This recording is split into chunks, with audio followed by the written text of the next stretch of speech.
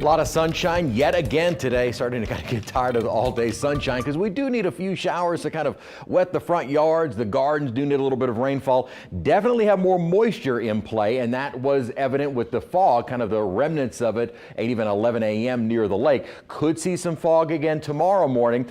Fog right now not an issue, but during the overnight period, dense fog advisory at the moment only including west and north of the lake from 4 a.m. to 9 a.m. What might help us out with regards to fog development is the winds picking up during the overnight. And at the moment, we're expecting them to stay fairly light for the morning, but as we get later into the day tomorrow, we'll start to see those winds increasing, and it'll stay fairly breezy for most of the week. So after tomorrow morning, fog may not be as widespread. Now, our computer model here going up to 8 a.m. really not playing in on much fog development, not certainly like it was this morning.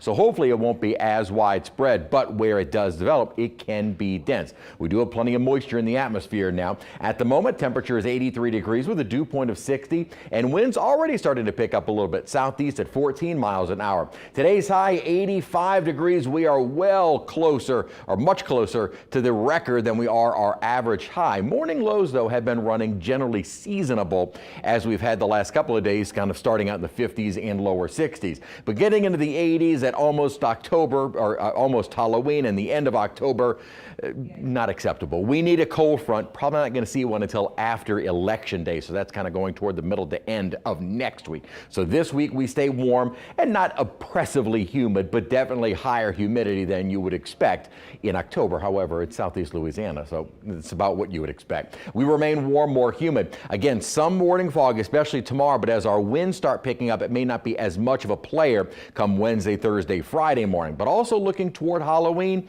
may see a few spotty showers. Here's what's going on. High pressure is still very much dominant across the region. However, that high, which had been centered a little bit more over the central part of the southeastern part of the nation, is now starting to kind of shift a bit more toward the east coast. That is bringing back more of an onshore flow. That onshore flow is going to continue for the rest of the week. But as we approach Halloween, we're going to see a cold front getting a little bit closer to us. And it looks like the front combined with that onshore wind, a little bit of extra instability, will help us out. Notice our model trying to paint in an isolated shower or two both tomorrow and Wednesday. We've been in such a drought. I'm going to kind of leave it out for right now. But as that front approaches, not going to move through, but as it does get a little bit closer to us, it may be what helps to increase our rain chances as we head toward Halloween and even on Friday. So right now, looking at probably about a 30 to 40% chance for Thursday. Not a washout, but maybe have an umbrella as you're trick-or-treating just in case. Again,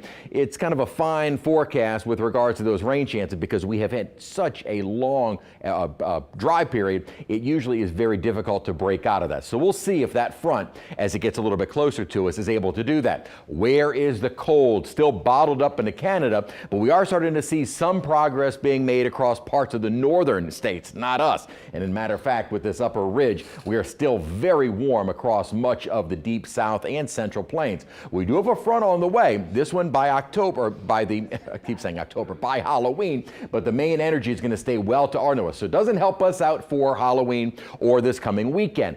After Election Day, next Tuesday, we finally start to see an upper trough that does look like it will bring in a surge of cooler air. So we've got another solid week to go before we finally see a real drop in temperatures and another return to more fall-like temperatures as well. That would be highs in the 70s and getting us out of the 80s. So the 80s are the norm for the rest of this week with those rain chances. And again, about 30 to 40% Thursday, starting to taper off by Friday. And then this weekend, remember on Saturday night, we fall back 1 hour.